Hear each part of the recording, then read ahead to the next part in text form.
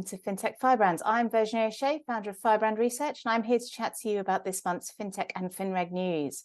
Now, November started off with a lot of discussion about OpenAI, and it's continued. It has been a particular talking point because of some of the changes that have happened within the management side of things. This month, we saw Sam Altman, the CEO of OpenAI, be pushed out by the board, and then subsequently be hired by Microsoft to lead some of their AI efforts, which is very interesting. As a result of Altman leaving, we saw vast droves of the staff working on OpenAI move over or quit as well. So very interesting developments in the fintech space this month from the AI perspective. What happens to OpenAI in the future, we do not know yet. How many of the staff that have left will join Altman at Microsoft will be yet to be seen, but certainly big moves, especially given it's almost like a reverse takeover where Microsoft did not have to pay, or a sort of a non-financial takeover where you get a lot of staff moving over from one organization to another. Very interesting given the sort of arms race we've seen on the AI front across all of the different providers out there. So certainly some interesting dynamics to monitor as we go forward into 2024. Another big move from a fintech perspective was the London Stock Exchange Group launching its new data and analytics business this month. We saw that happen given there's been a lot of change since LSEG bought Refinitiv a year or so back. We've seen big changes with regards to the management team, some of the strategy there, and this new division, which consolidates a lot of the acquisitions it's had over recent years, and also some of the existing products that LSEG has long offered within the for example, data reconciliation for reporting space, consolidates them under one brand. Now, CEO David Schwimmer also did reassure the financial institutions that are its clients that it would not be taking the eye off the ball in any of its market structure duties.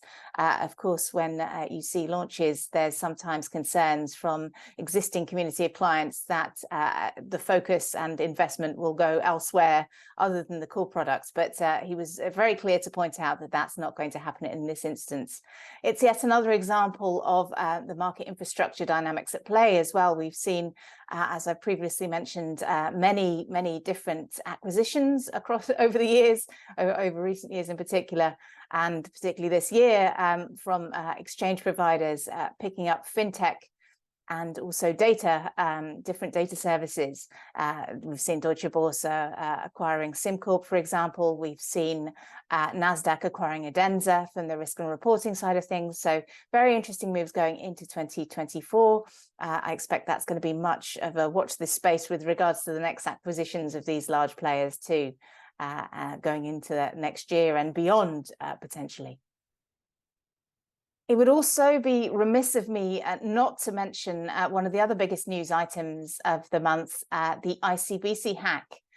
The US division of ICBC, Industrial Bank, Commercial Bank of China, was hit by a cyber attack earlier this month by one of the ransomware gangs, Lockbit. They have claimed that ICBC actually paid the ransom to be able to release the systems that were affected. The knock-on impacts of the systems going down was that there was disruption to the US Treasury market. Certainly with this sort of hypervigilance around operational resilience within the regulatory community, such a big hack or such a big impact is going to be carefully monitored by all regulators. And certainly with regards to the disruption it's caused, it could be another sort of tip of the iceberg when it comes to the cyber criminals' activities over the next 12 to 24 months and beyond. Certainly, we expect at Firebrand that cybersecurity is going to be one of the biggest topics as an ongoing topic into next year. Certainly, one of our trends this month are going to be around that topic. But certainly, watching something that's as impactful as that and how the industry responds. There'll be many more stress tests, no doubt. There'll be many more exercises, the likes of Waking Shark that we've seen from the regulator and industry perspective to try and practice and assess the impact of systems going down and financial market participants being taken off the grid. We saw with ICBC, some of the trades actually had to be delivered for settlement via USB stick, which is also something quite interesting to note, given the amount of digitalization that's happening in the industry. So certainly something to keep an eye on into 2024. As usual, FinReg has been a constant topic over the last month. We've seen many debates. It's in terms of enforcement activities, the SEC has been exceptionally busy running after Ponzi schemes and everything of the like, not just in the digital asset space, but in the wider space also. So certainly interesting to see that. But from a FinReg standpoint, there's been a lot of political and regulator discussion in the US about the US custody rules that were proposed last year, and the potential negative impacts of these. In a recent US House Financial Services Committee meeting, there was certainly discussion about whether those rules overstep the mark and could have a negative impact in terms of capital requirements for banks offering custody services. Certainly, we expect that debate to rage on. The custody universe, it would certainly be very negatively impacted by having to keep cash segregation for accounts. So I expect that, again, if it does not get resolved this year, it will lead into next year and beyond. Another interesting development, this time in Asia, from a FinReg standpoint, was that the Chinese government has created a new fintech regulator designed to focus on the innovation in the sector and keep a close eye on developments. Now, there's been a lot of discussion across the globe by politicians about whether fintech regulators should be introduced in each individual market. Obviously, in some markets, we have relatively complicated regulatory structures already. Adding another regulator into the mix with slightly vague or grey area coverage would be somewhat disastrous, I would think, particularly in the US. But certainly it will be interesting to see how the new Chinese regulator handles some of the topics that cross into other areas as well. For example, into the Securities Commission side of things. So we will see, watch this space, but certainly interesting to see such a big development on the FinReg and FinTech side at the end of this year.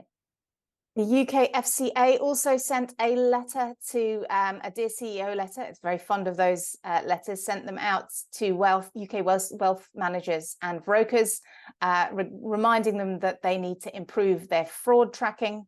It's an area that the regulator feels is relatively underinvested in with regards to the industry, and something that they need to improve on to protect, especially with regards to the new consumer duty rules, protect consumers in a better way, and also improving cyber hygiene overall. So certainly big topics going around that area.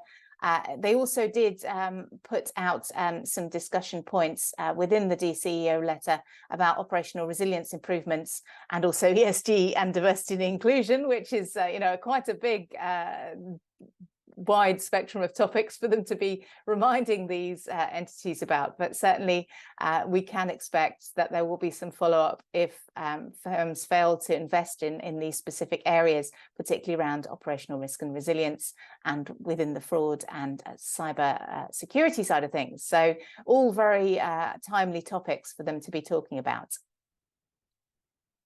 Now, for my final thoughts for the month, with regards to the industry, the changing dynamics, I was recently at a digital assets conference, Women in Digital Assets, in fact. So looking at diversity as a particular topic within that subsegment of the industry. I think we've seen with the cryptocurrency world, it being very male dominated. There are very few female CEOs in that realm. It's a little broader in the wider digital asset space, but still underrepresentation, unfortunately, on that front. Overall, it's interesting to see some of the statistics that have come out recently.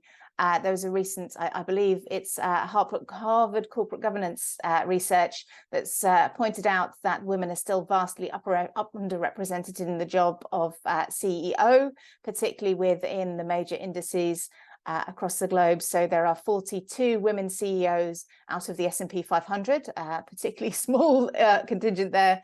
There are 10 within the FTSE 100, again, not good enough.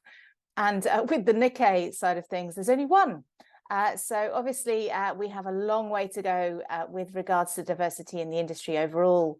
And as is one of my sort of pet topics, I would say it was interesting to hear discussions at that recent conference about how to increase diversity, how to increase support and frameworks across the industry, both on the gender diversity and the racial diversity side of things, and ability diversity, for that matter. So certainly, I think we need to think a lot broader about how we represent on panels. I see a lot of manels out there still.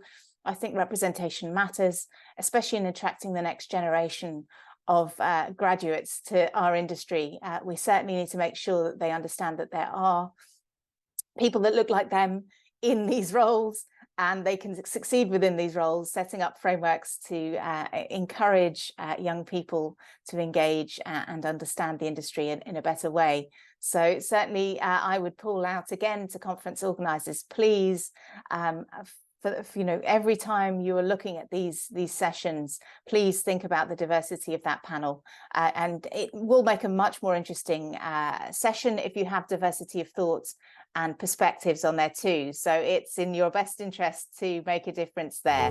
So that's my final call for everybody.